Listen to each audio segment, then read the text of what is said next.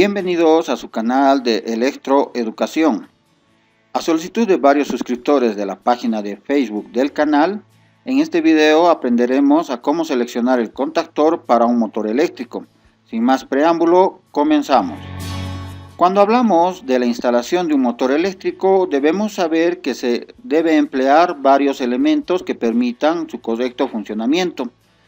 En la instalación de un motor se emplea conductores eléctricos, que son aquellos elementos que permitan el transporte de la energía eléctrica hacia la carga. También tenemos elementos de protección y de apertura de circuito, tales como los guardamotores, las llaves termomagnéticas. También se emplea elementos de mando, como por ejemplo los pulsadores y algunas protecciones propias de las cargas, tales como los relés térmicos en el caso de los motores. Y también se utiliza los contactores, los cuales vamos a aprender a dimensionar en este video. Cuando se habla de seleccionar un contactor, es necesario considerar tres aspectos principales. La primera, la categoría de empleo. La segunda, la potencia de la carga, en nuestro caso del motor. Y como tercero, y no menos importante, la tensión de alimentación de la bobina. La categoría de empleo. Existe una clasificación según una norma, que en este caso es la IEC 60947-4-1, la cual clasifica los contactores de acuerdo a su empleo. Debemos tomar en cuenta que en instalaciones eléctricas existe tres tipos de cargas. Para las personas que recién se están adentrando al mundo de la electricidad, deben tomar en cuenta que se denomina carga a aquel equipo o máquina que consume energía eléctrica para su funcionamiento. Entonces, existen las cargas resistivas, como por ejemplo las bombillas, cocinas eléctricas, estufas, entre otros, es decir, que dentro de su estructura tiene resistencias. También tenemos las cargas capacitivas, como por ejemplo un banco de capacitores dentro de una instalación eléctrica industrial. Y por último tenemos las cargas inductivas, que dentro de su estructura tienen bobinas que generan campos magnéticos para su funcionamiento. Es en las cargas inductivas que nos vamos a enfocar en el presente ejemplo, ya que se puede utilizar también contactores para cargas resistivas y capacitivas. Para nuestro caso vamos a seleccionar el contactor para un motor de jaula de ardilla, un motor de corriente alterna. Para lo cual nos vamos a dirigir a una tabla como primer paso para ver qué tipo de categoría le corresponde a este motor.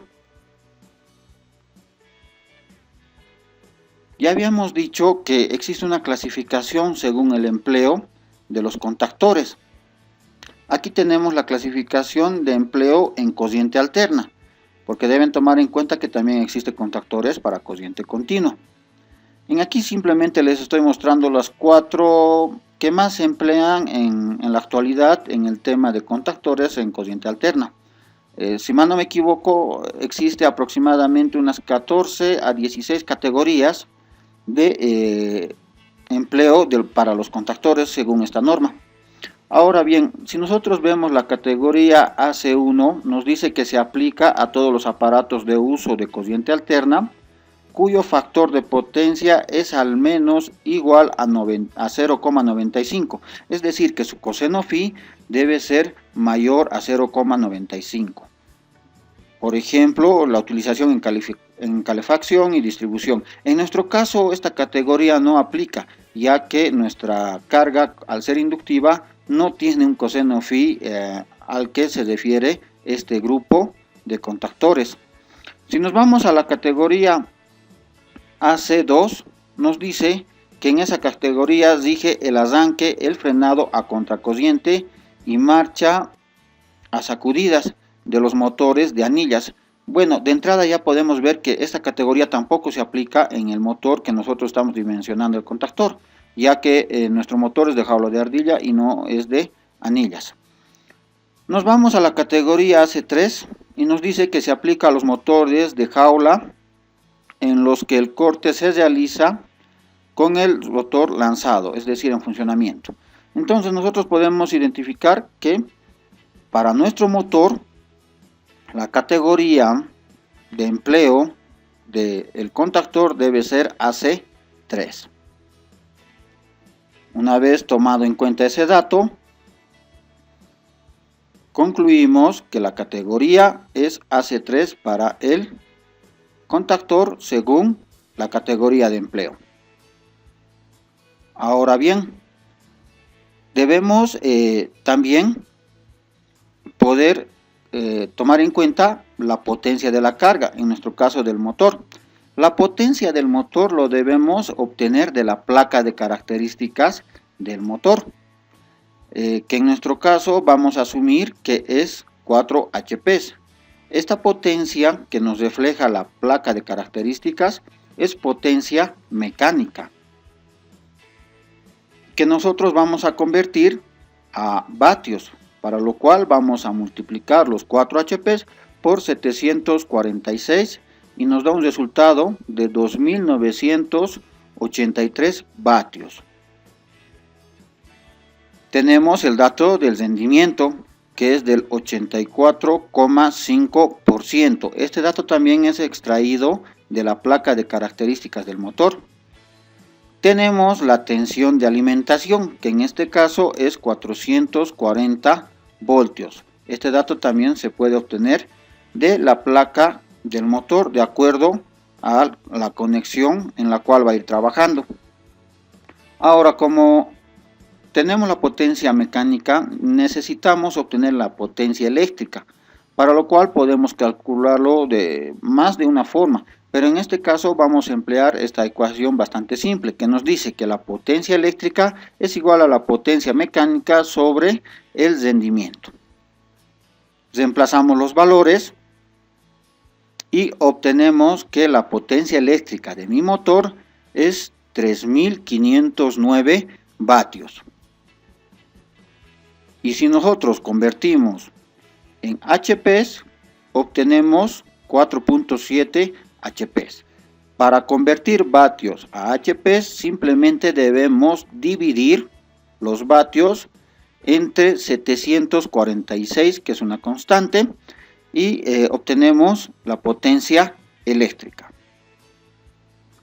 Ahora bien, con esta potencia de 4.7 HP nos vamos a dirigir a la siguiente tabla. En esta tabla nos situamos en la tercera columna, donde podemos ver cuáles son las potencias que existen disponibles en relación a la tensión en la cual trabaja nuestro motor. Vemos que es de 440 voltios. Buscamos y podemos apreciar que los 4 primeros contactores es para 3 HP, que en este caso no nos sirve. Nos vamos a los siguientes 4 y podemos identificar de que existe una disponibilidad de 5 HP. Entonces 5 HP es un poco mayor a los 4.7 HP que requerimos. Entonces debemos elegir de estos 4. Ahora, ¿cuál vamos a elegir? Tenemos que apreciar aquí lo siguiente. Si bien nos sirve estos 4 contactores, pero tenemos que tomar en cuenta los contactos auxiliares. 2 nos ofrecen normalmente abierto y 2 nos ofrecen normalmente cerrado su contacto auxiliar. Entonces podemos en ahí elegir el de nuestra preferencia. Y si vemos en la parte inferior, nos muestra los voltios que existen disponibles para la alimentación de la bobina. En anteriores diapositivas pudimos ver que nuestra tensión de alimentación de la bobina es 220. Entonces, de acuerdo a eso, nos dice que el código termina con M7. Entonces, de acuerdo a esa característica, nosotros podemos elegir este contactor, ¿no? Que nos dice que trabajando con 440 voltios nos soporta hasta 5 HP, que tiene un contacto auxiliar normalmente abierto y que la alimentación de su bobina es de 220 voltios. Entonces, nosotros ya para ir concluyendo, tenemos que nuestro contactor correctamente dimensionado es el que tiene este código. Con el mismo puedo dirigirme a la empresa con la cual voy a adquirir este material y darle el código para poder comprar dicho contactor. Con eso concluimos el presente video. Esperemos que les haya sido de gran ayuda y que hayan aprendido algo más. Y les invitamos a suscribirse al canal, compartir el video y dejar los comentarios si en caso existe algunas dudas para poder aclarar y algunas sugerencias para poder tomarlas en cuenta para el contenido de nuestros próximos videos. Hasta la próxima oportunidad.